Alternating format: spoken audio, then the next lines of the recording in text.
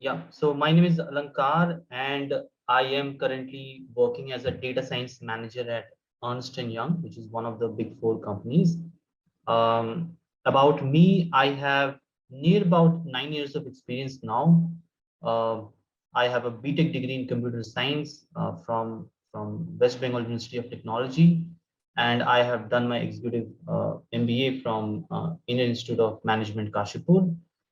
And more about it, if you want to, have if you have any questions regarding any of the topics going further, you can obviously uh, reach out to me over LinkedIn. Here is my LinkedIn account. And with that, we'll quickly share with today's agenda.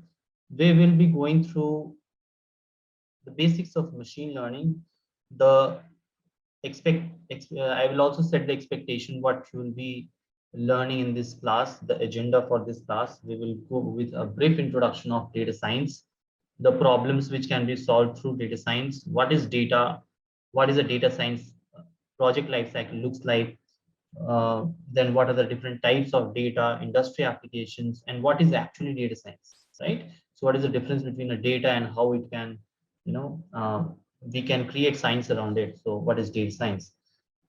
Now, before we go further, we'll have a quick icebreaker session. I will share this link with you. Please use the chat box to enter. And once you enter this link, then you'll have the option to answer, right? What is your current domain or work? So if someone is a student, you can write, he or she can write student.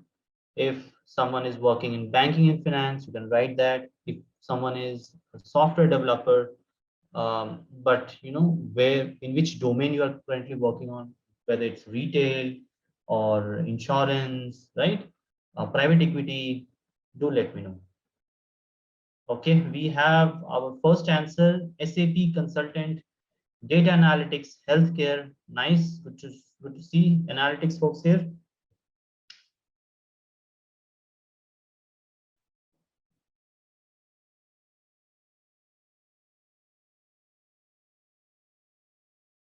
Banking and finance, okay.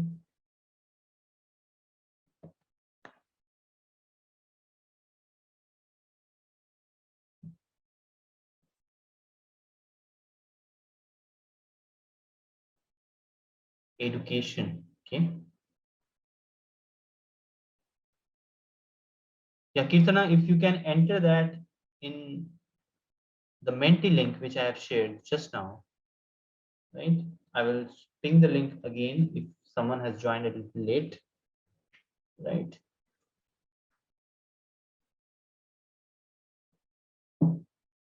Civil engineer, Java developer, travel domain. Oh, interesting.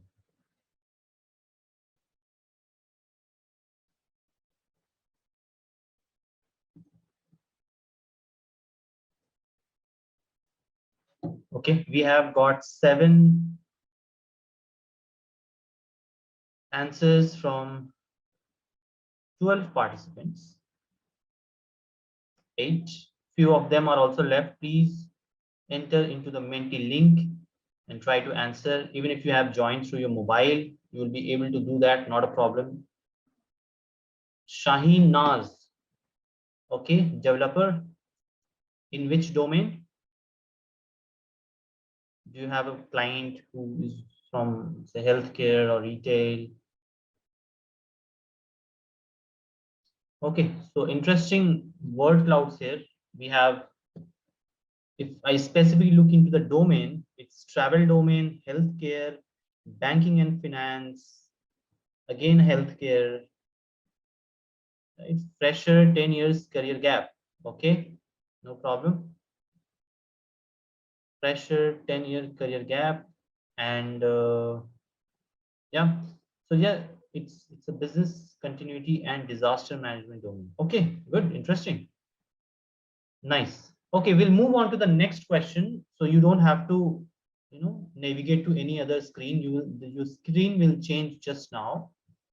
I'm just going to the next one where it says, what is your years of experience? And I'm not talking about years of experience in analytics. It's your overall years of experience. If you are a fresher, choose 0 to 2. If you are, you have 2 to 5 years of experience. Okay. If you have 5 to 8 and 8 plus. So I might be in the last domain, 8 plus, right? Okay. 1 from 8 plus. Okay. More answers. I want more answers.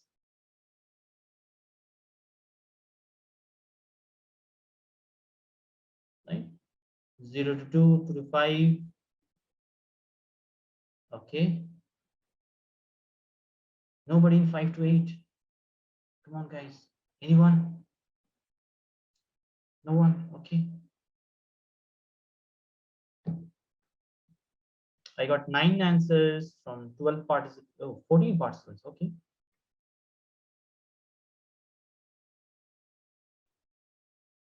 Anyone else wish to answer? Please do that.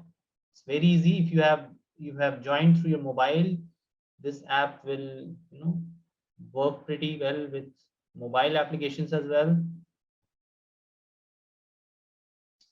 Okay, so we have 9 answers here. 3 are from 0 to years, 2 to 5, 3, 8 plus is 3, and unfortunately no one from 5 to 8. Mary Sethi has 2 to 5 years experience. Okay, good to know that. Okay, thank you. This was quite an overview of the participants, and it's good that we have diversity here. I at least hoped for 5 to 8 years to be also filled, but that's okay, that's fine. And we will move on to our today's agenda, where we'll discuss about an introduction to data science, right?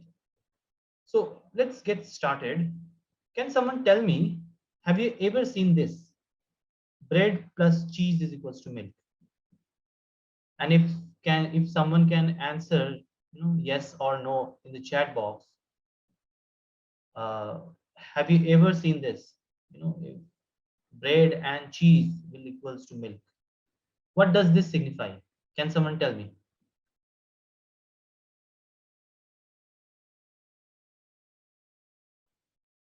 Okay, I'm turning off my video. It might hamper your bandwidth. So I'm just turning off my video. Okay. So have you ever seen this? What is this? Bread and cheese is equals to milk. Anyone? Any guess? Hi, Alankar. Yes. Like both are originated from milk, like both are made Okay. from milk. Okay, that's one answer. Good, good. Anyone else? There is no wrong answer. As I always tell in my class, both are have some milk ingredients. Buying behavior, yes. Dell, okay. Has the company Dell joined or your name is Dell? I'm just joking. Yeah. So buying behavior, yes. So generally, ideally, my voice is too low. Okay, just give me a second.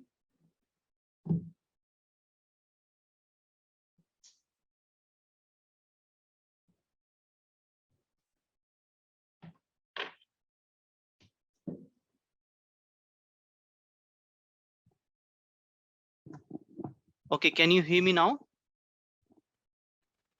Please confirm. File. Okay, great. Great. Thank you. Yes, so this is related to your buying behavior, right? It's related to your buying behavior. So most of the days when you go to a retail outlet like Star Bazaar or big bazaar or any local hypermarket, you have seen that people who buy bread and cheese also tend to buy milk, right? So this is actually a buying behavior, right? If you are a bachelor, you want to have some bread in the breakfast, what you generally do, I should have 1 glass of milk with bread, right? Or cup of tea with milk. So this is what our buying behavior is. So if you want to eat, bread and cheese, you can also have one glass of milk also, and it's also, in other ways, it's also a balanced diet. You can see, right, carbs, proteins, and fat. So this is how we see a buying behavior here. Now, one example which we can ponder upon is, can you guess the type of customer? If we have three instances, I'll take the first example first. So you should answer the first one first. Okay. iPhone, beer, and cornflakes. Okay. What type of customer will buy these, three combination of products? Can someone answer it? Bachelor? Yes. Yes. Biven is right. Mithilesh is right. So bachelors will, generally tend to have one bottle of beer and buy an iPhone and cornflakes also, right? And next is where you have iPhone, diapers, and beers. Can you guess what type of customer they will be?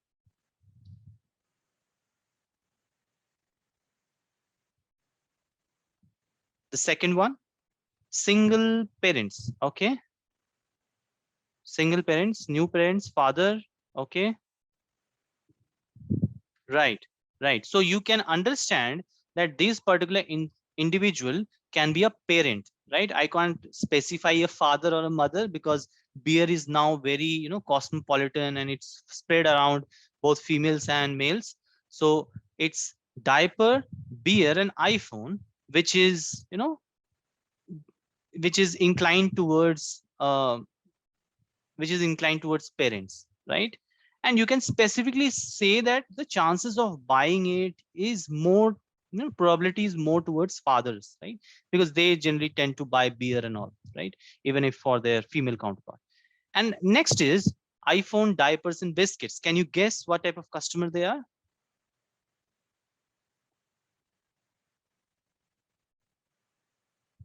Family. Okay. So Mithilesh has given an answer, parents. Shaheen, right? Okay, so that's good that you are able to guess that these are the type of customers, right? Who will be new mom, Deepa. Okay, great. And I will quickly tell my answers to it. So this can be, single male or female. The second one is parent, male and female. And third one is again parent, male and female, right?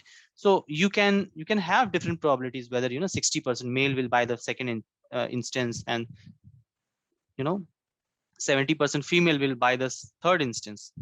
Okay, that's up to the system or the geography where you are implying this to. Okay, next is, you can see that when you have bought iPhone, beer, and cornflakes, right, there's a 97% chance that that particular individual will also buy some biscuits, right?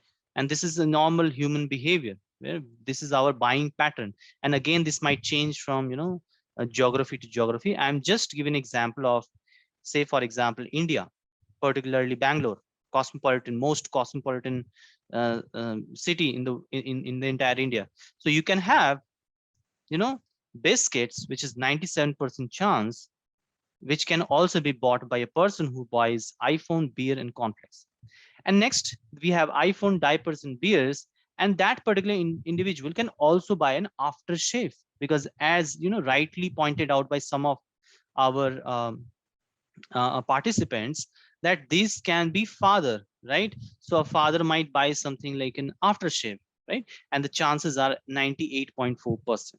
And again, I am saying this is entirely different on store to store, area by area.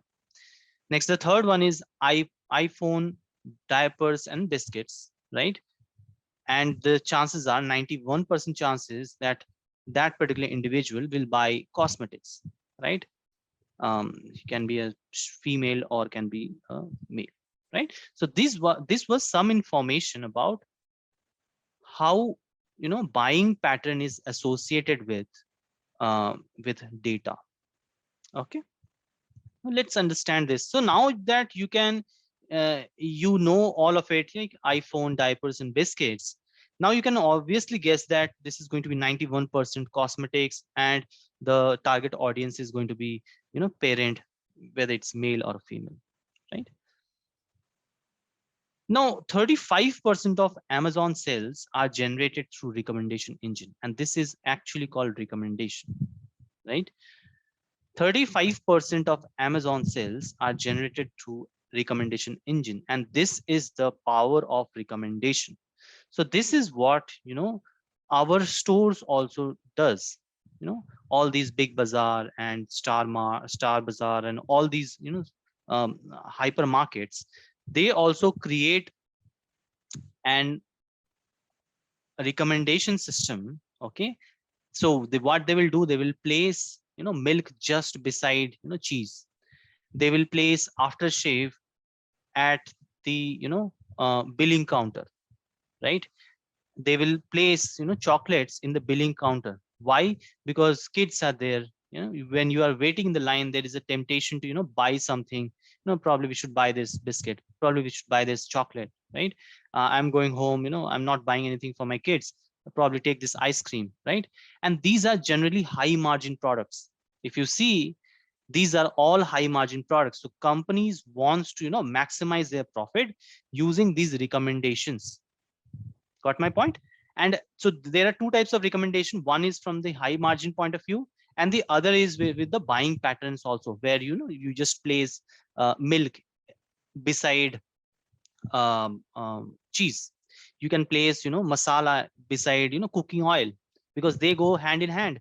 And these, this is actually created by the data analyst and data scientists who are working for the company. Say I'm taking example of Star Bazaar, which is actually part of the Tata Group, and the company which, or the associate which look into this retail chain is called Tesco, right? So Tesco is an organization. They have their data analysts and data scientists.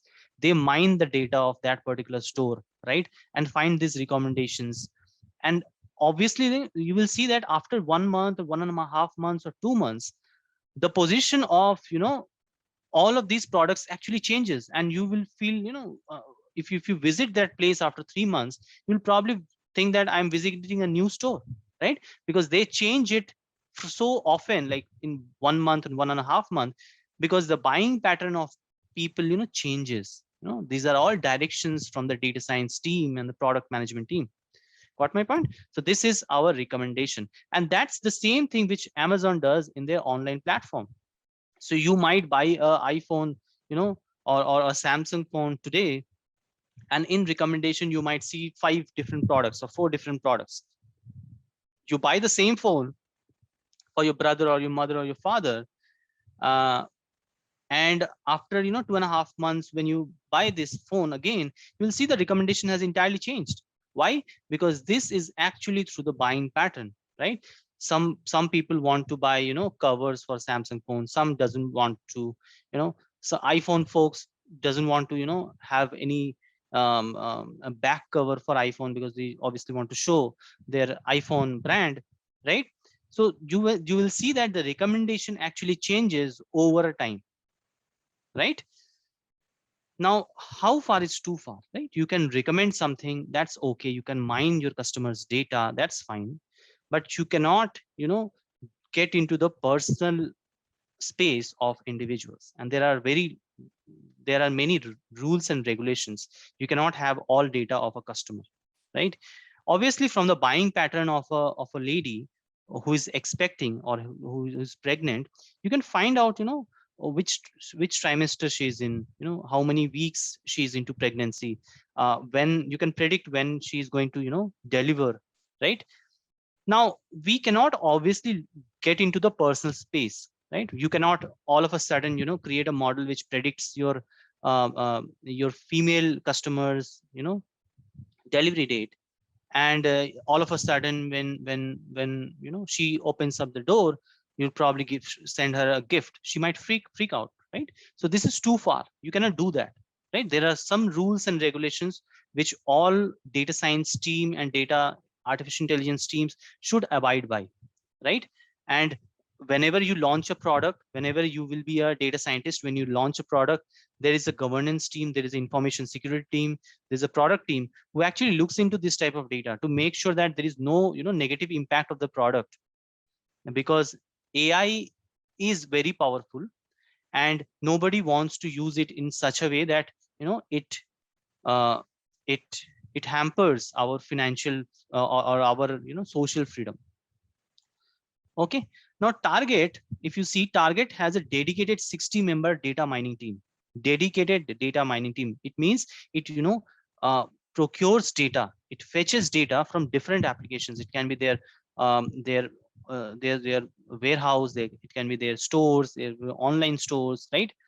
So what they do, they uh, they find data about uh, whether if a woman shopper is expecting and their approx due date, right? You can also predict the income levels based on the purchase history. You can attract customer attention through custom brand offerings. So you might see probably that I generally get a lot of message from Star Bazaar, right? You come to our store, we have this percent of discount and this percent of discount. These are actually custom attention through custom brand offering. So if Target gets to know that my wife is expecting, they will send out me emails or SMS telling that diapers we have this percentage off, or this cloth, woman cloth, we have this percentage off. So these are all targeted marketing which is being done by specific teams within an organization. Now moving on to what is data. So data is very simple to understand. It's a raw ingredient. So um, if you are cooking pasta, or you are cooking noodles, then pasta or the raw pasta or the raw vegetables, these are actually your raw ingredients, which is your data. And from this data you also always create some statistics, right? Statistics as in what is the mean of the data, what is the median of the data, what type of test I can do this on top of this data, is this data enough for my analysis, right? So these are type of statistics which you can do. Now what are the types of examples of data? These data can be anything. It can be sequence of bits, it might come from any sensor or any IoT device. It can be a table of numbers, it can be your normal Excel sheet, it can be the character of your page. If you have annual report, or for example your resume, there are many characters on that page, and these are all your data. The recording of a sound made by a person speaking, or a moon rock specimen. So anything which is in raw form is data. Okay, so as I said, you have sequence of bits, you have tables of numbers, you have characters on a page, right? You have recordings of sound, and you have anything and everything, starting from what you have in earth to what you have in moon, right? Now what is data science? If you understand correctly, so some people say that data science is all about computer science, and it's all about maths and statistics. It's way too tough, right? Nothing is that which is tough here. Okay, so data science is actually a combination of three things. One is computer science, right? Obviously you have to understand what is a programming language, how to develop a software, right? But obviously this is not as tough as developing a software in Java, right? So computer science is one part. The second part is maths and statistics, where you need to understand a bit of mathematics, right? How to multiply two arrays, um, how to sum two arrays, right? How to find the transformation of some arrays, or for example a matrix, right? And then you have to also understand what is statistics. Statistics as in when you see a data, what is the mean, what is the median, what is the mode. So there are two types of statistics. One is the descriptive statistics, where it describes the data, that okay, I have 10 data with me. What is the mean of it, what is the median of it, what is the mode of it, right? What is the skewness in the data, is the data biased, right? And then you have inferential statistics, where you infer about the data, whether if I create a hypothesis that okay, my machine is not working, okay, should I opt for a maintenance, or should I just go along with my production without halting it, right?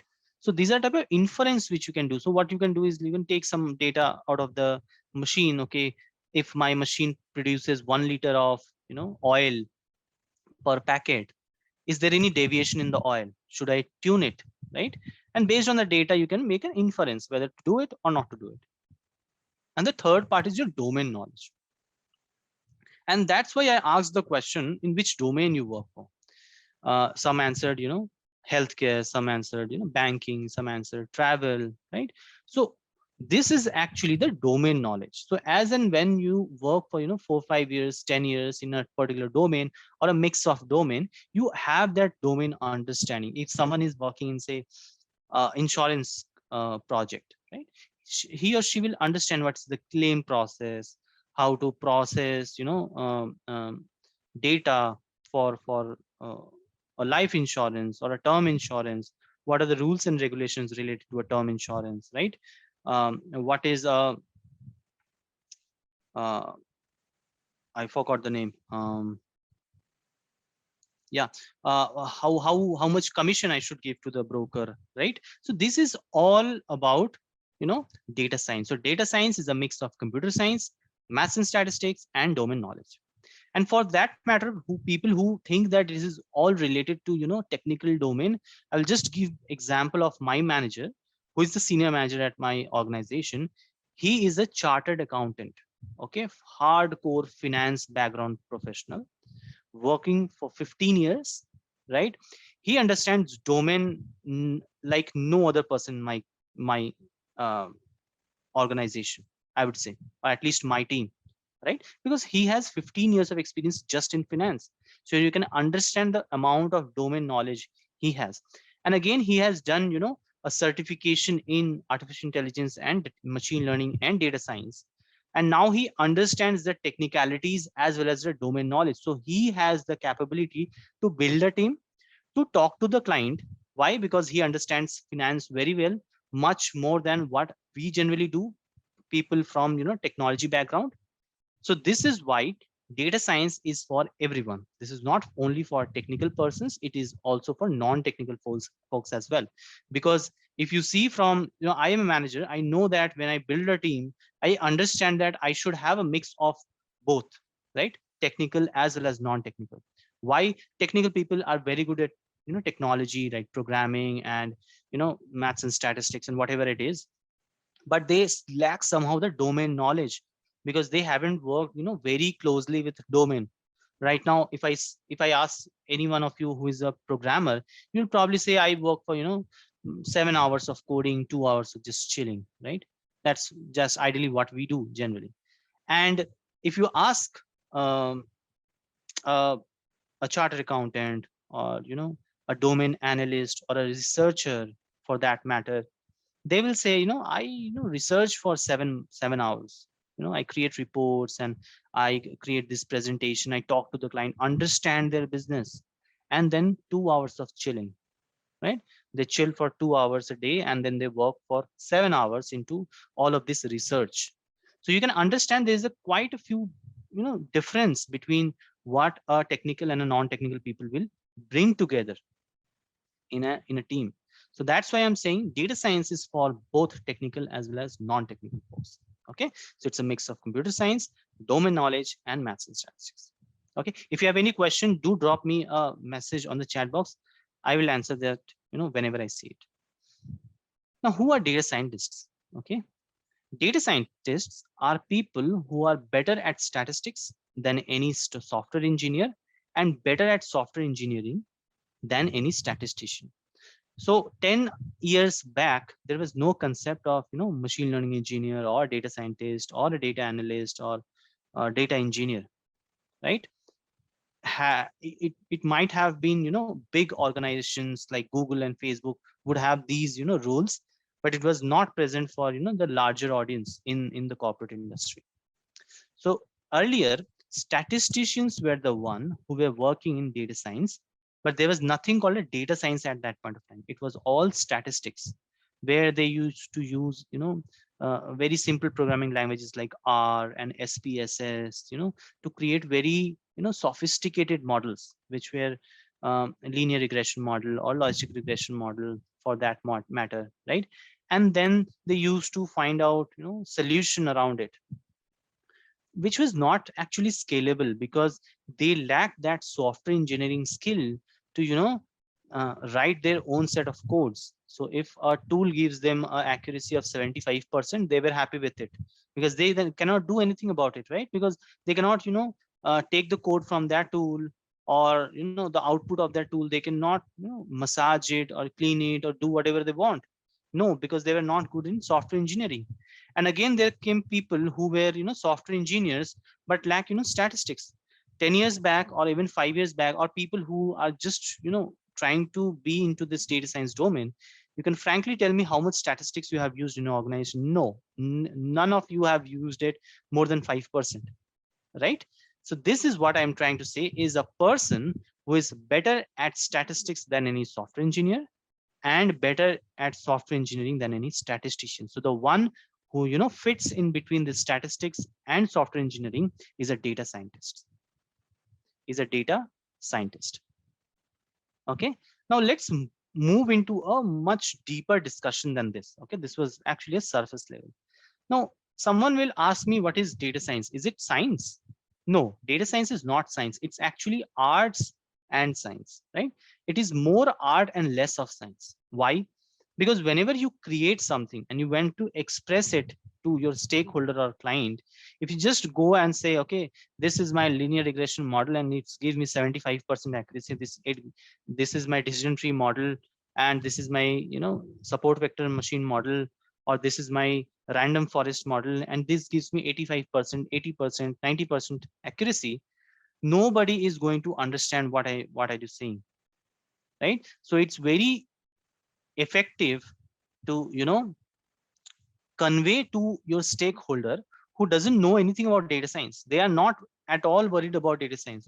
They are only worried about the output which you create through this model, and whether this output is going to create innovations in their product, scale their product in the next level. Can it create any competitive advantage in the market, right? This is actually what they want, and they don't understand anything about linear regression. They have never heard of it, right? If you just go to your chief operating officer, and the chief execution officer, the CEO or the CFO, and you say that I have created a decision tree model with 75% accuracy, he'll say, who the hell you are? I don't know what is decision tree. I even don't know you, right?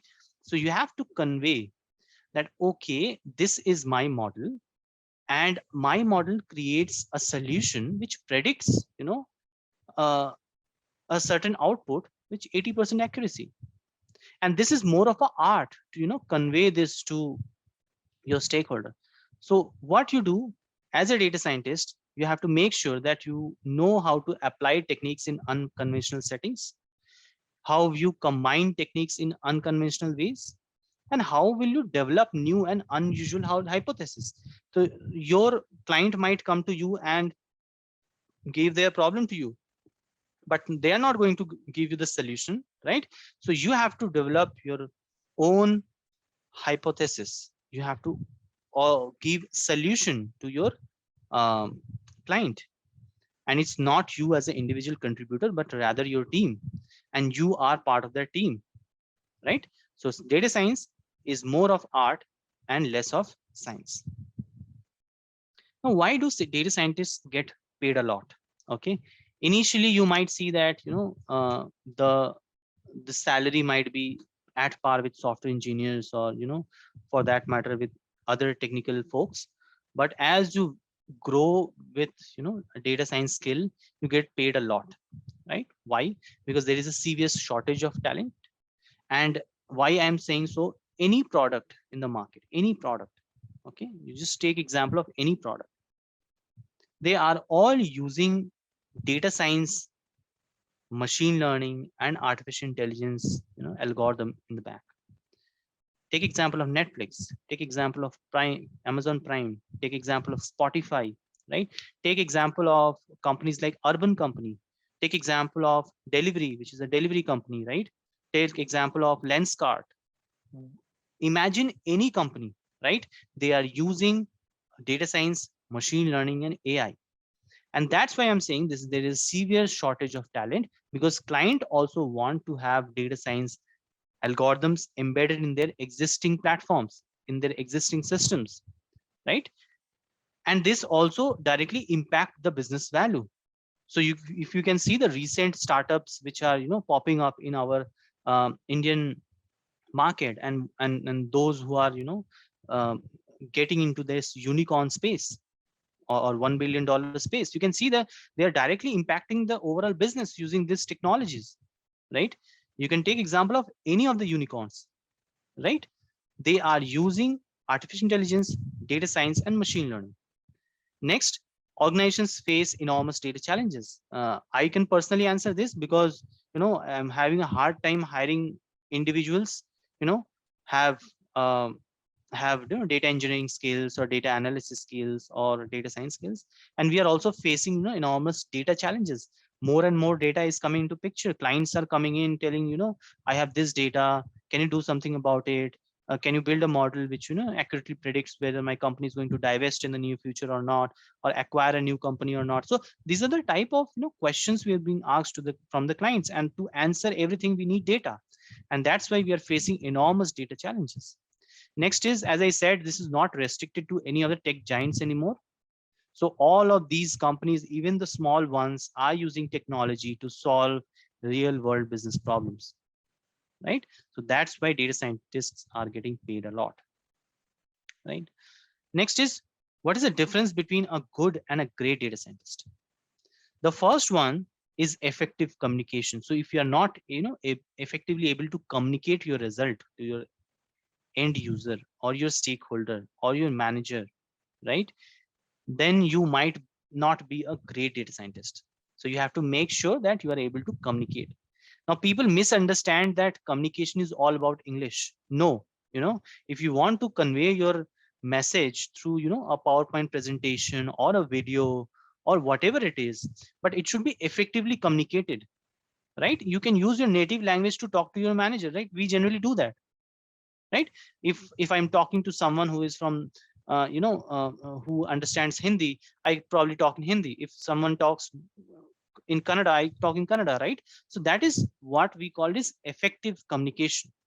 And this effective communication is not only through language, it is through visual representation also.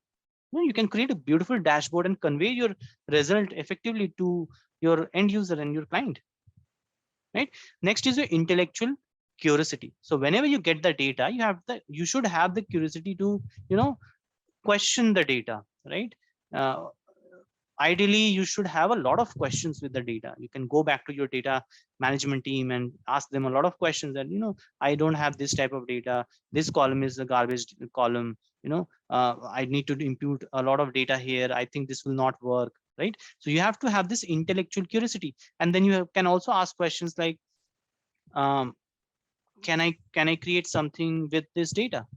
My client has asked me to create a classification model. Can I create a regression model for solving another business problem? So this is your intellectual curiosity. You should have a good domain and industry knowledge. So you should not only be good with maths and statistics and your computer science skills or your programming skills. You should have a very good understanding of the domain, right? And I generally prefer to weight it 60%, right? Even if you have 20% of skills in maths and 20 stats and 20% of skills in uh, programming, I'm okay with it, right? You can copy your code from Stack Overflow or or through Google. I am not bothered about it. You should have a very good knowledge of the domain because you are trying to solve problems through your data science skills, right? So effectively you should be very good. If you are working in healthcare business, you should understand what your product does, what your client does, right? How can you solve other client problems? So you should have a very good domain industry knowledge. And the fourth one is your analytic problem solving skill. So you should have a very good understanding of how to solve problems, right? If a client has given you one problem and through the data you can solve three problems, you can be a very good analytic problem solving person, right? And if your client has given a data and you think this is not going to work, what you'll do? You'll straight away say your client that I think this data is not good enough for our analysis. I have done some statistical test. We need more data, right? So this is also some problem solving, because you don't want to spend a lot of money of your client and eventually you don't have any result at the end. So that's the difference between a good and a great data scientist, right? Next is, what are the problems that data scientists solve, right? Now, the problems that data scientists solve can be of different type, right? Either, we'll take example of each and every of them, but whether this is A or B, right? If you have a product, you want to say whether it's a, or ideally, if you see a cat, you can have a question whether this is a cat or a tiger, right? Whether it's A or B. So it's a classification problem. Is this weird, right? All of a sudden you see, a huge transaction in from your account. So this is actually a weird, this is the anomaly detection. How much or how many, right? Whenever there is a question of how much or how many, we have a regression problem.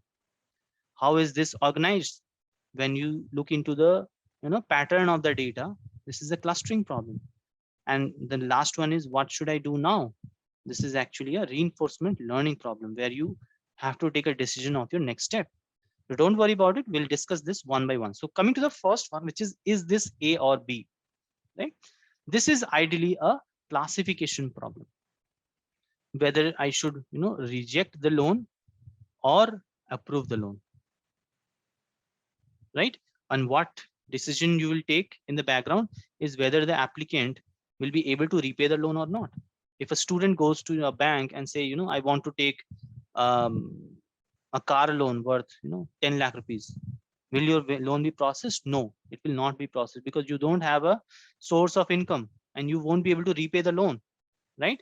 So this application will be rejected. So wherever there is a question or a binomial question where it's a or a B, approve or not approve, right? Human or a dog, right? False or true. So this is actually a classification problem. The other image you can see here, identify a human and a dog. So you have to identify whether it's a human or a dog. Now classification is not only limited to two classification or two class classification. It can be three also. So I have given you 100 news articles and I just ask you, um, you have to classify these news articles into three groups, right? One will be your news, politics, one will be your sports, and the third will be entertainment. So this is a three class problem. So whenever we have a fixed output level, right? Wherever we have a output level, we will call it a classification. Okay, so your end output, the end output is going to be approved or not approved, right?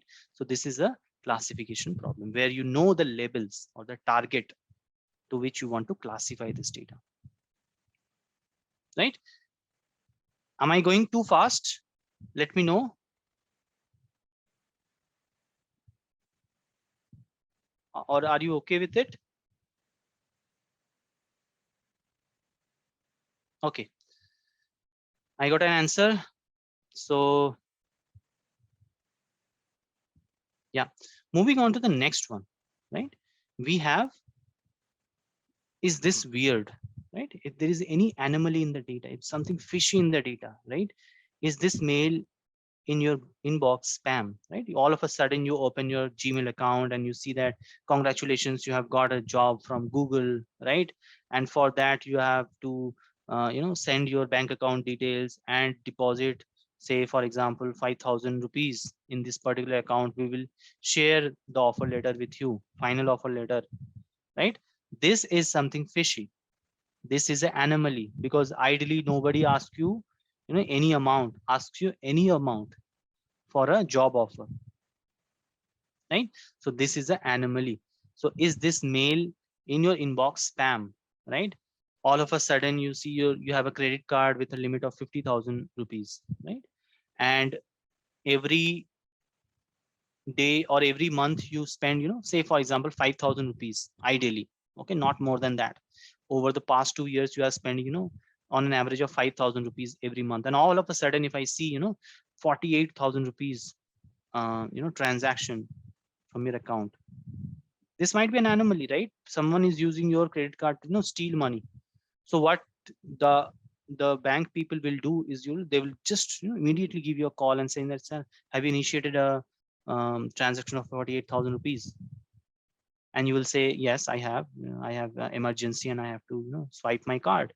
then they will say okay, and then they will process it from the background, right? So this is actually an anomaly detection. All of a sudden, it might happen that, um, not in India, but ideally, if you see in a developed country, you'll see people in a walkway. People don't ride any bike or bicycle or anything, right? Uh, this will not work in India, obviously, but if someone is riding bike on a walkway, this is actually anomaly. It should not be here, or it is not a correct behavior. So the camera which are installed there will actually detect that particular, um, individual, or that bike or the cycle or whatever it is, right? Walkway is only for walking purpose for animals and for humans, right? So they will detect it, and straight away there will be a alarm, or a notification to that particular policeman who is in charge of that particular area, and he will question that individual, fine it, or whatever it is. So this is actually anomaly detection, right? Next is problems that data scientists solve, right? Where the question is how much or how many. So whenever your output is going to be how much or how many, where you have, the output is going to be some amount, or some numerical value. Okay. For example, the question is how much will this used car sell for? How much this used car will sell for, and you will say probably 40,000 rupees, or 1 lakh rupees, or 2 lakh rupees, or 5 lakh rupees. So you are giving a numerical value. You are not giving loan approved, or you are not saying loan rejected, claim approved, claim rejected. So no, you are giving output as numeric. So whenever you have a numeric output, how much or how many, you use a regression problem. The second picture which you see here is predict how much product sales be achieved this month. So you'll say, boss, we can probably sell 20,000 cars this year, or 20,000 cars this month. This is my prediction. So whenever you are saying 20,000, this is actually a numeric value, right? So this is actually a regression problem. The next one is, how is this organized, right? Whenever you want to organize your data, you don't know any output to it, right? You don't know whether it's a claim approved or a claim rejected. There is no target output. There is no label associated with the data. You don't know what to do. You can only do some, organized. You can have the data in an organized way. So question is, what viewers like the same kind of movies? So this is actually a clustering problem, right? Where you don't know what type of movie it is, but similar movies. Like I personally say I like, adventure movies, right? My genre is adventure movies. So whenever I turn on my, Netflix account, or log into my Netflix account, I see that a lot of these recommendation of adventure movies, because they know that I will like this type of movie, and they have clustered all of these, movies together, and this is what we called as clustering. It is also part of a recommendation engine, but we'll come to that in the later point of time. So this is clustering. Now, which pet owners group have the same purchase behavior for pet food, right? So obviously, if you have a cat as a pet, and if you have a dog as a pet, or for example, if you have a cow as a pet, right, your buying behavior is entirely different, right? Dog food cannot be fed to a cat. A cat food cannot be fed to a cow, right? So these are actually clustering the data, right? Just by looking into the data, you can cluster it. So the question you should ask yourself, how is this organized? And the solution will be with the clustering problem. Now the last one is, what should I do now? Whenever I say what should I do now, it's actually where you are trying to predict your next move. For example, a robot. This is called a reinforcement learning. So you are enforcing the agent or the robot to do the next step based on that particular environment, right? So this is a reinforcement learning. How far should the robot jump, right? If you have a robot and it jumps, um, from the first floor to the second floor at your home, right, and it perfectly lands, right? But if it goes to another house, the height or elevation of that particular home might be, or house might be, more than what you have, right? And if it does not, adjust to that particular situation, there might be a problem, right? Your robot might not work, or there will be challenges accepting that particular robot for any of the products, right? So this is actually reinforcement learning, where you are reinforcing the agent or the robot to take the necessary action based on the environment. So the question is, how far should the robot jump, right? Next is, should I brake, accelerate, or continue at the yellow light? So if you have a, a self-driving car like a Tesla car, right?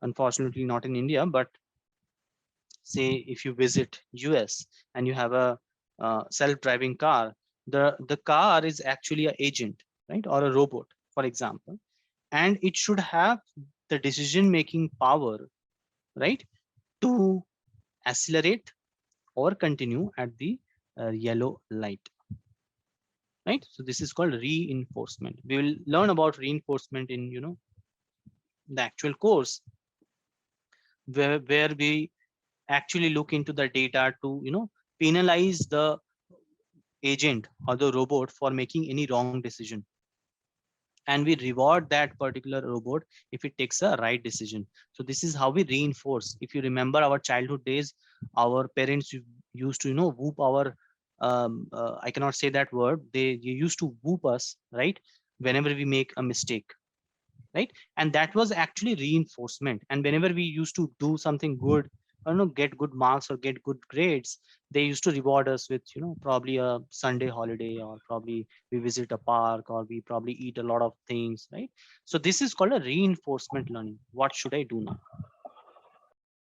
All right, I'm back after taking a 10 minutes of break. And we will start with the industry applications. But before that, I personally hate PowerPoint presentations. They are quite boring. I feel sleepy at times, so I don't want you guys to be sleepy. So let's start with a small icebreaker again. I'm waiting for the players to join.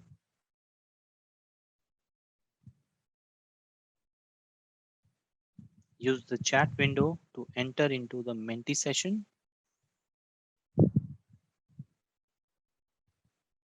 Okay.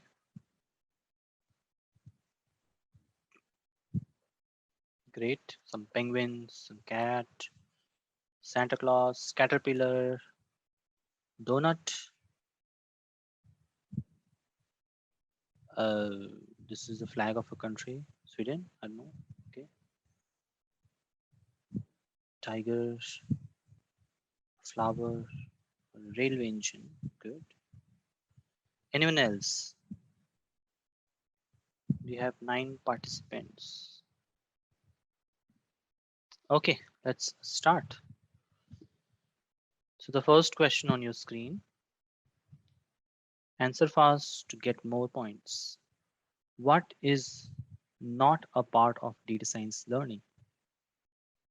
Not a part. Answer very carefully.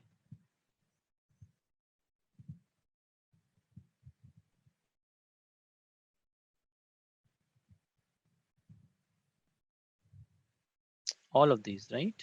So we have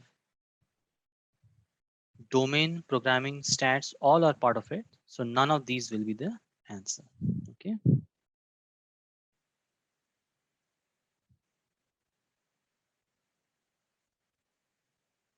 Okay, moving on to the next one, the last one actually. What is data science according to you?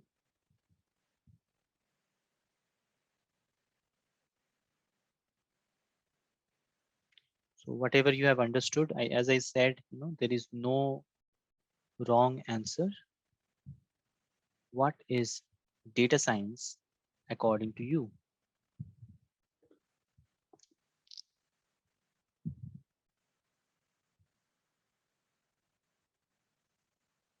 Smarter data analytics, okay, analyzing the data. Business developers, okay.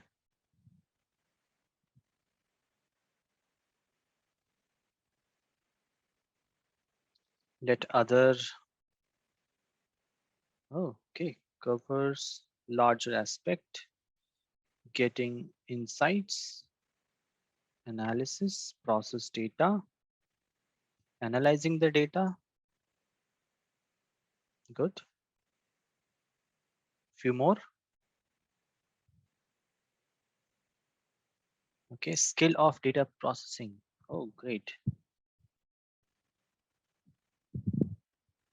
Art of data prediction. Okay. Probably 30 more seconds if you want to answer. If anyone else wants to answer, but I have got my answer, right? Name some company you think is using artificial intelligence and machine learning very extensively.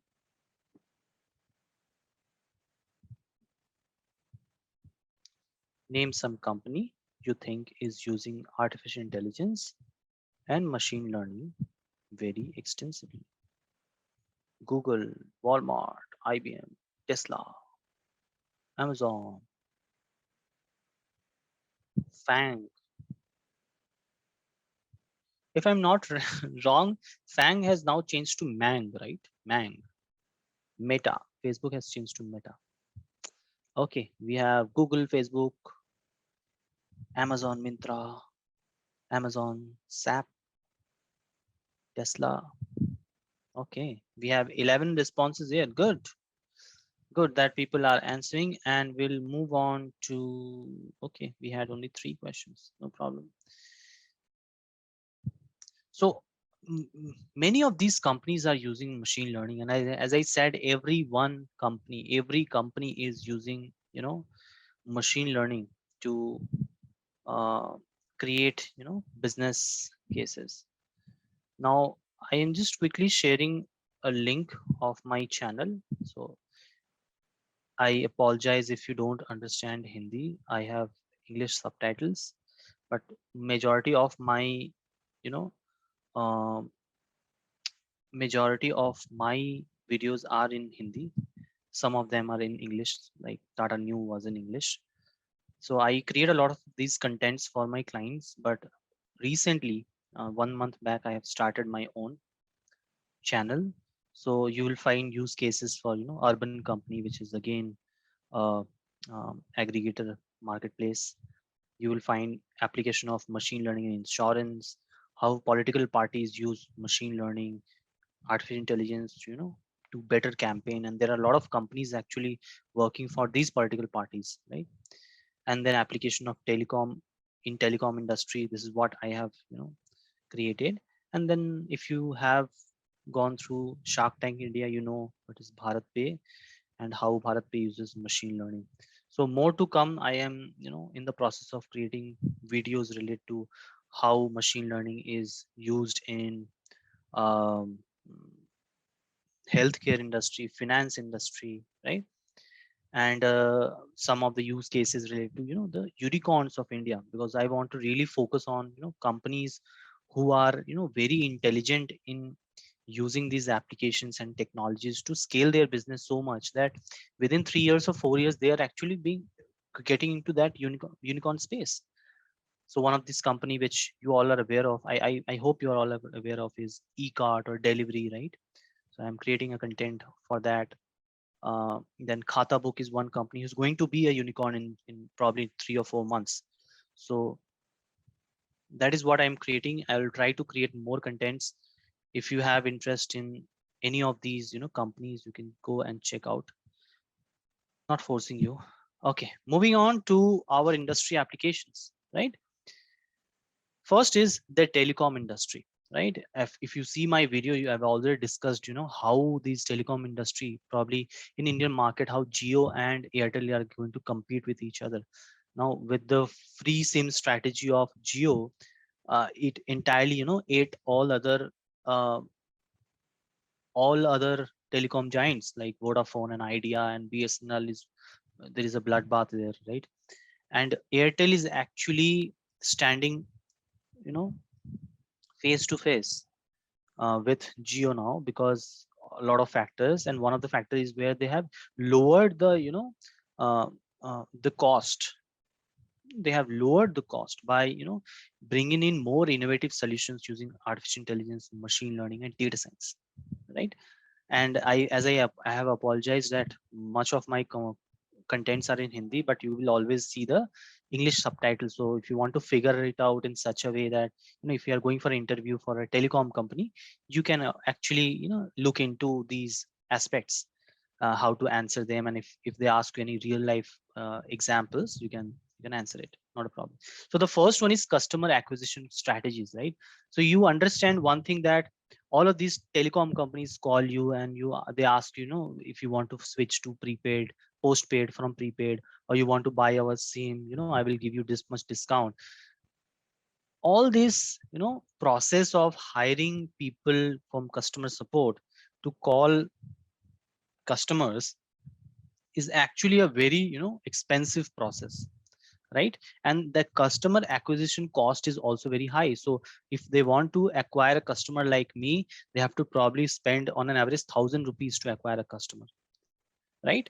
So that's why whenever you say that, okay, I want to just port out of Geo and I just want to go to Airtel, Geo will probably call you and say, okay, what is the problem? You'll say, probably the plans are not good. They'll say, okay, we'll give you say 2 months of extension. Okay, are you happy? And you say, yes, I'm happy.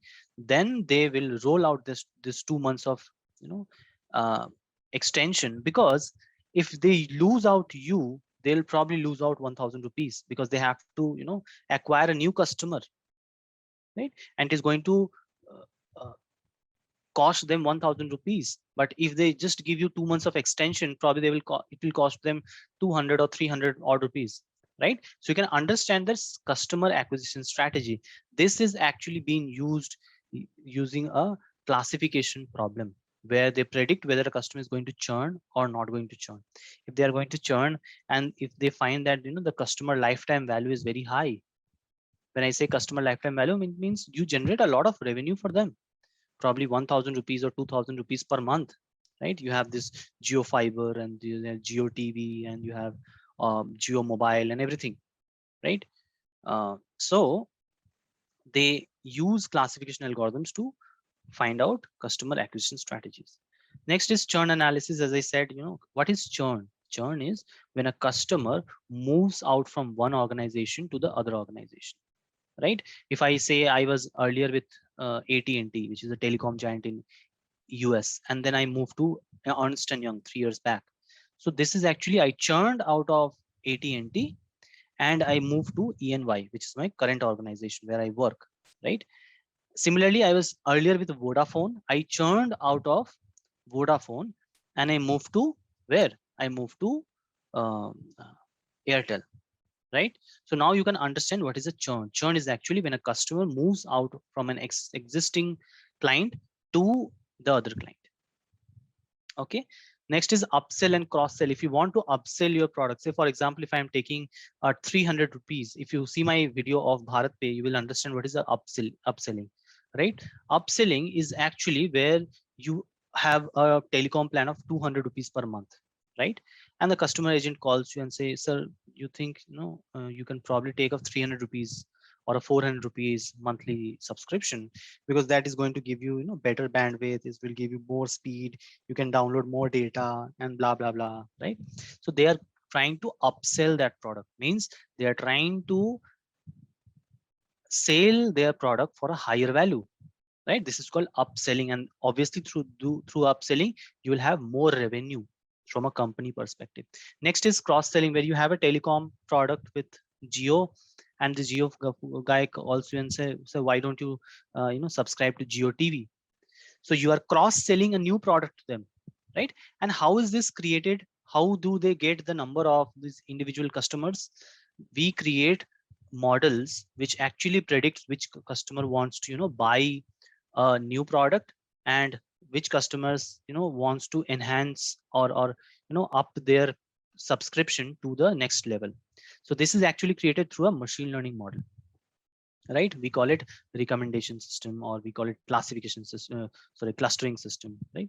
Next is product bundling. If we want to create products which is bundled together, say for example, if you have seen Airtel Black, right, which actually contains everything: a landline, uh, a mobile connection, 3 mobile connections for your family, one Airtel TV, right, and then Airtel Smart HD, some blah blah things, right? So this is a product bundling. Okay, you say individually you are paying 1,000 rupees per product, so it is 4,000 rupees for 4 products. We are giving you something for 3,500 rupees. Why don't you buy this, right? And why they are trying to sell this type of product where they have a loss of 500 rupees? Because more customers will come in, right?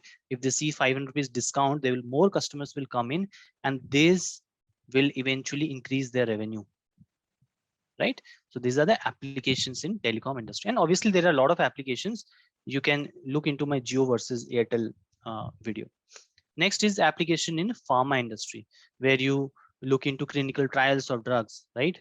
Where you process the trial on many individuals or many animals, for example, right? And find the insights out of it. So this is one thing. Next is the A/B testing.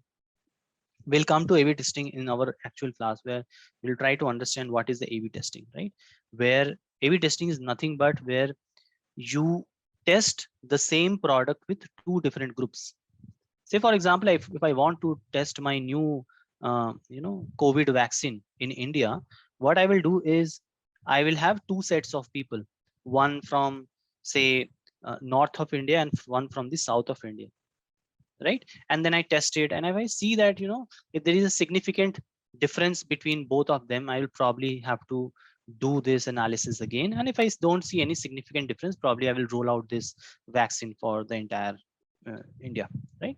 Next is genetic analysis, where in pharma industry we do a lot of genetic analysis on top of the data to make sure that our pharma product is works across all genes, right? All type of genes or all type of race or color, it doesn't matter.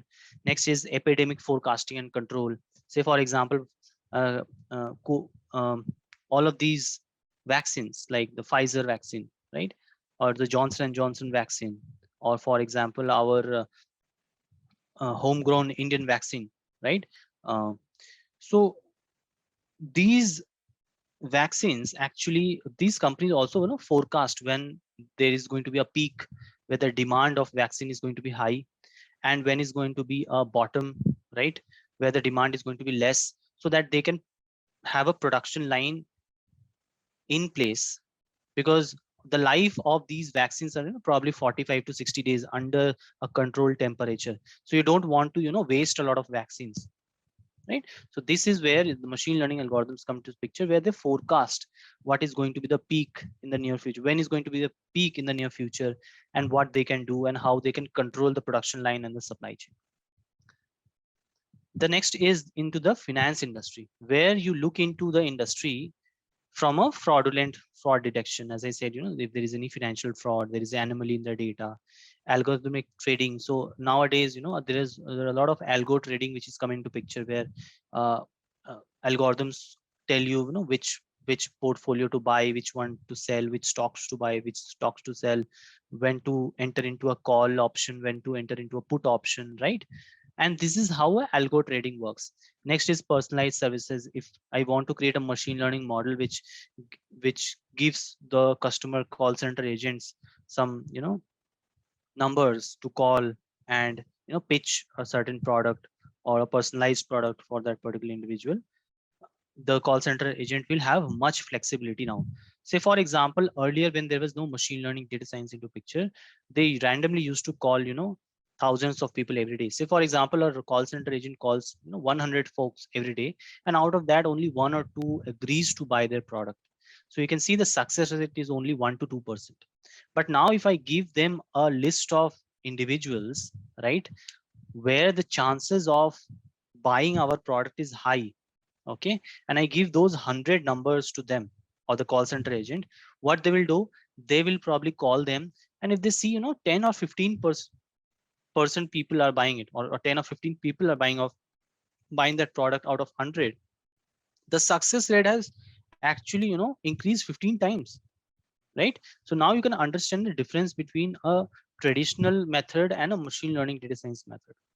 Next is identifying the portfolio risk. So if you have created a portfolio where there are some mutual funds, there are some stocks of some technology companies and pharma companies or finance companies, and if you see all of a sudden there is a huge scam in the market, or one of the US bank has gone bankrupt or something like that, your obviously your financial products will, or financial stocks will go down. So automatically if you create a machine learning algorithm which finds risk in the portfolio and diversify your portfolio, or sell certain stocks at the right time, that is something which we call identifying the portfolio risk in a financial product. Next is into the banking and finance section, where we look into the fraud detection and prevention techniques. We look into customer segmentation, where we segment the customers into different parts. Say for example, I have 100 customers. I know 100 of them are very good customers, are going to buy more products from me. Products as in more RD, more fixed deposit, more PPF, and eventually my uh, uh, the inflow of cash will increase, right? There can be certain customers who are just idle in my bank account, probably 10,000 rupees in the bank account just to maintain the minimum account balance and nothing else. And there are customers who are in between, right? They are not good, they are not high revenue generating banks, individuals, but actually they remain with us and they are, having 5 or 10 lakh rupees in our account. So this is how a customer segmentation works. Risk management, as I said, to find out risk in any of your portfolio optimization, where you can optimize your portfolio to buy the right stock at the right point of time. Next is application in energy and utilities. A lot of these power companies are actually using predictive maintenance of machineries. So you will see this in my video of Jio versus Airtel, where telecom companies and energy companies both are actually using predictive maintenance. So imagine if you have a machine at home and it tells you beforehand that it is going to be, it is not going to work in 5 days. After 5 days, then you will probably call that uh, uh, a maintenance guy or a technician to just look into your machine, and they can quickly fix it, right? And had you not called your technician, some part would have damaged, or there might be some short circuit, or or there might be high cost for that maintenance.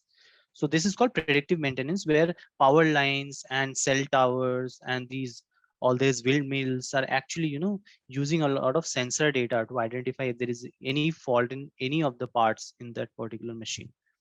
Next is predictive theft and loss prevention. So they can predict if there is any loss in the energy supply towers which are present, or the power lines which are present, if there is any loss due to faulty transformers, faulty you know capacitors and all that, right? So you can predict beforehand if there is any going to be any loss from the power lines. And that's why you can see the networks which we get right now for either telecom companies or energy companies. They are much better than what we had 10 years back. Next is churn analysis and prevention. Obviously, if much of our energy sector is now privatized, if you are in Calcutta, you have CESC. If you have in Karnataka, you have Basecom, and in other states, you have other uh, energy companies, right? So now, if there are 2 or 3 energy companies, we can actually shift from one energy company to another, just like we have for telecom companies, right? So if there is any churn, if we wish to churn out of one company, Then they will also have a churn prediction model where they find out which customers are going to churn in the near future. But I said churn is actually moving out from one company to join another company. Auto balance resources and dynamic routing. Say for example, one of your phase is not working in a energy line, right? You can auto balance the route, right? If one is not working, you can automatically, dynamically route this through the other channel, so that you have unlimited, or sorry, uninterrupted power supply.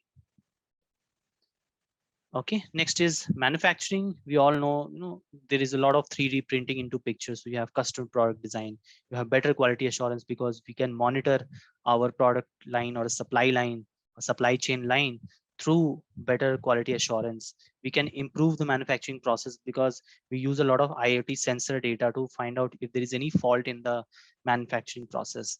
We look into the managing supply risks, supply chain risks, to identify if there is any problem with any of the supply chain. What I call the supply chain is something where the data actually comes from the raw ingredient to the factory, and from the factory to the distributor or the retailer, right? So we have to entirely manage the supply chain.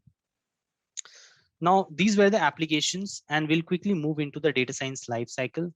Now in data science, the first and foremost step is to collect the raw data. This data can be anything. It can be fetched from a CSV file, from a PDF file, from any server, through any API for that matter, right? And then what we do is we generally process the data, we clean the data, we do some exploratory data analysis to find out what type of data we have. And once that is done, we create a machine learning model, and through that machine learning model we make decisions, right? And we communicate that report to our stakeholders, to our client, to our end user. So this is the entire structure of a data science product. Next is the collecting the raw data. So the first step here is actually collecting the raw data. Now, the raw data can be anything. Your organization may have a data which is already present in the database. You can collect your data from anywhere. You can buy the data from any of these, third-party vendors which are available. If you see my BharatPay case, you'll see these organization BharatPay actually buys data from external third-party resources. Okay. Next, once you have the data, you have to actually store it somewhere. So you can store it in either your structured, SQL databases, if it is normal data, only digital, numerical data and some raw text data. But if you have, unstructured data or semi-structured data, we'll come to that later. Any type of data which is not in a tabular format, you have to store it in a NoSQL database or a Hadoop database or a data warehouse. Okay. Now, obviously, these were some of the types of databases which we have. We have, MongoDB, we have Cassandra, we have SQL. These are all your types of databases. Next, we do the data processing. So once your data is fetched and is stored in a database, you start pulling your data and try to do a data pre-processing. Pre-processing as in, when I say pre-processing, 60% of your time actually goes to data pre-processing. And one thing I want to make sure is machine learning algorithm is actually 20% of the entire life cycle of a data science project. The majority of your time actually goes through the data pre-processing stage, right? Step 1, 2, and 3. Okay.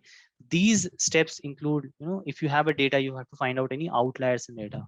When I say outliers, what is outlier?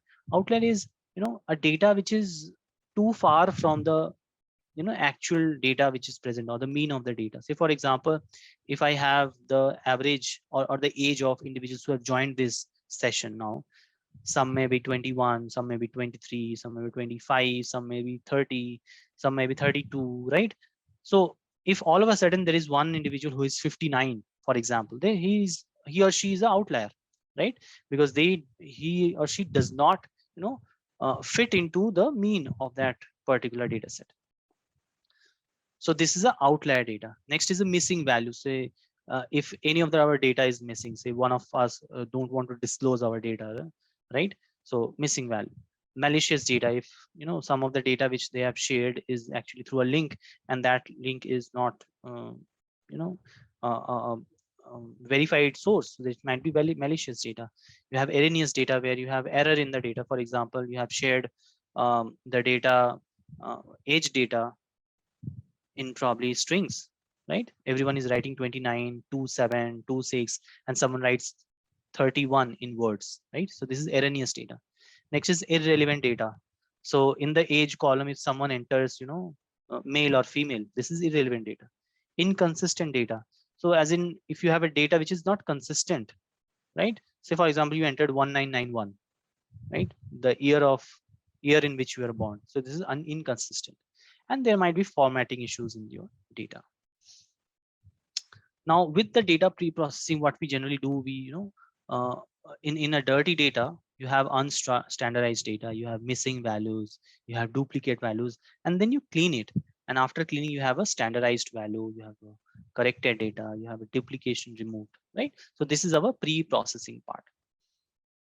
Next is, when the pre-processing is the step 2 of the pre-processing is done, what you generally do is you clean the data and process it for the next stage, which is whether you want to classify, validate, aggregate, summarize, or sort the data, right? Next, if you see into this data, what you have certain data with you, which was your input data. We processed it. So what we did some arrangement, we do some sorting, combination, mathematical operations. And from there, we can see that the data is now in a much better format than what it was in the input data. You can see the temperature is here. Apologies for the spelling. Then you can see this is the date, the temperature, date and temperature, and this is much structured than what we see here, right? So this is how you do the data pre-processing. Now, once the data pre-processing is done, you have to do some exploratory data analysis. What is exploratory data analysis? Where you look into the certain sample of the data to understand if the data is worth our exploration, right? Or the data makes sense, right? So for example, if I ask you to find the average age of Delhi, right? What you'll do, will you go to each and every household and ask for the age of each and every individual in that house? No, you'll take a certain sample, right? So you take sample from, say, North Delhi and South Delhi and East Delhi and West Delhi and the central hub, right? And then you arrange for 2000 or 5000 odd data points and find some exploratory data analysis to find the average age of that of Delhi. Now, this is also again same when we have exit polls for a political party or a political election, right? What they generally do is they do some sampling. All of these exit polls in news channel, they do some sampling and they say, we have collected 14,000 data points or 20,000 data points, and based on this party is going to this percentage vote, this party is going to get this percentage vote, and based on that we come to an inference that who is going to win in the next election. If you want to know more about it from a data science perspective, I will request you to go through my video on data science in political parties. Next is what are the key concepts of EDA? So once this step is done for pre-processing, we did some initial exploratory data analysis. In that exploratory data analysis, we do something called the trend analysis, distributions, mean, median, outlier, spread measurement, hypothesis testing, correlation, visual representation, and all that. Okay. And the objective of EDA is to discover the patterns in the data, spot any anomaly in the data. If there is any problem in your data, we have to frame a hypothesis that with that data, what we want to do. And when you learn this in statistics, we'll learn something called a null hypothesis and alternate hypothesis. And then once we come to an inference, we'll check actually the inference, that whether whatever we have, the hypothesis which we have created is actually right or wrong. Okay, and then once that is done, you create your model. This is a machine learning model which you create, and you have to compare the speed and accuracy of each of these models. Right. Next, once the models are created, as I told you, we have to communicate the result with our stakeholders. Right.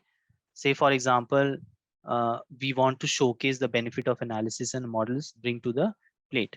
We seek our management's consideration for deploying the solution to real world to help make the business more optimized and beneficial. An example which you can see here is, significant increase in late night technician repairs since December 2013. So what helped this? Late night technician repairs increased to almost 40% of 2014. So what it says is, we have created a model which automatically repairs your application at late night when the production is less, right? And this does not impact your overall business.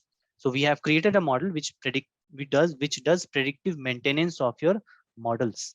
Okay, and through that you can see we can get as many as 40% increase in our throughput time. Now, once this is done, you take actually, action. So once you show this to your stakeholder and all of your stakeholder agrees, you can take these actions to deploy a machine learning model into production. And with this, you will actually have innovation in your product and you can scale your business to a greater height. Right? Now we come to the types of data. As I said, we have generally 3 types of data. The first is structured data, semi-structured data, and unstructured data. When you say structured data is nothing but data which is in a structured format, like a data which is present in a database or an Excel file where you have a particular row and a column of data, right? Semi-structured data is where you have a JSON file where the data is not structured in a row and a column file, but rather in a dictionary element. Right? And unstructured data are data which you don't know what the data is going to be. Like my video might be very different from your video, right? My tweet can be very much different from your tweet. So there is no pattern, there is no standardized data set, right? So this is called a unstructured data. And then we also have a graph data and a streaming data, which will come to later point of time. But obviously there are only 3 types of data, which is structured, unstructured, and semi-structured. Now, coming to the alternate view, we have 2 types of data. One is qualitative data and quantitative data. Qualitative data is something which is quality, right? Whether I'm a tall guy or a short guy or a medium guy, right? Quantitative data, whether my height is 5'10" or 5'5" or 5 or 4'10", right? So this is actually your qualitative versus quantitative data. Now, what are the type of duplicacy issues which you see in data? First and foremost, you see duplicity, you see inconsistency. We have talked about it in EDA. You want to see the correctness in your data, timeliness in the data, right?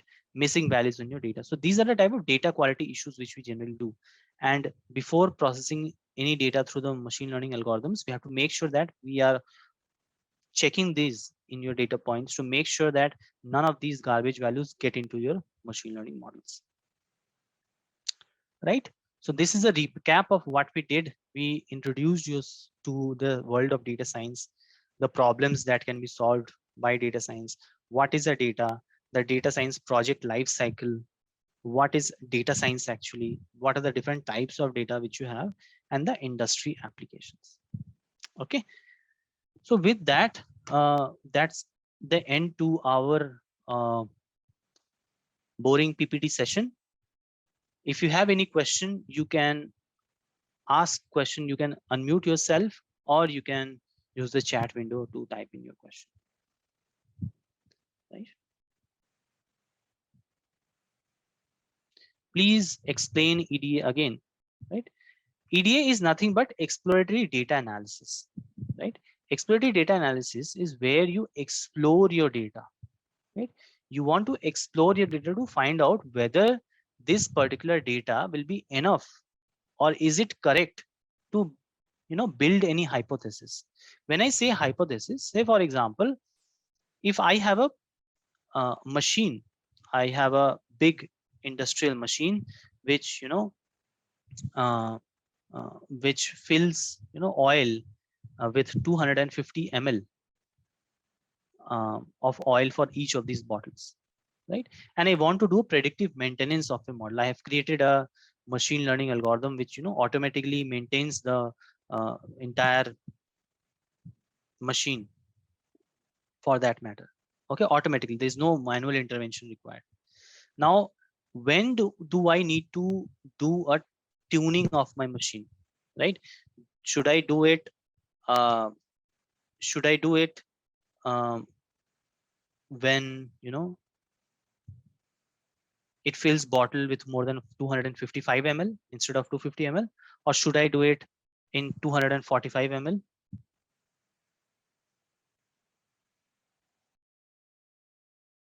Yes. So should I do this with 245 ml? So this means that, you know, the data which the machine is producing every time, every minute, every second is being analyzed on a real time basis, right?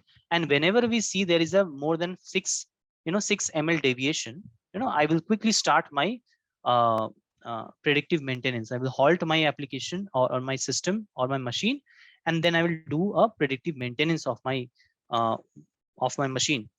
So what it will solve? It will solve that, if I give 6 ml of oil for each of these bottles, I will actually incur some loss, right? If I give 6 ml less amount of oil to my customers, then probably there is a trust issue.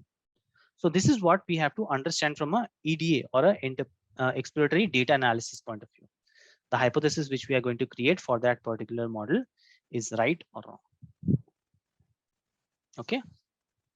Yes, as mentioned by Payal, we will be explaining this to you in more detail in the subsequent lectures.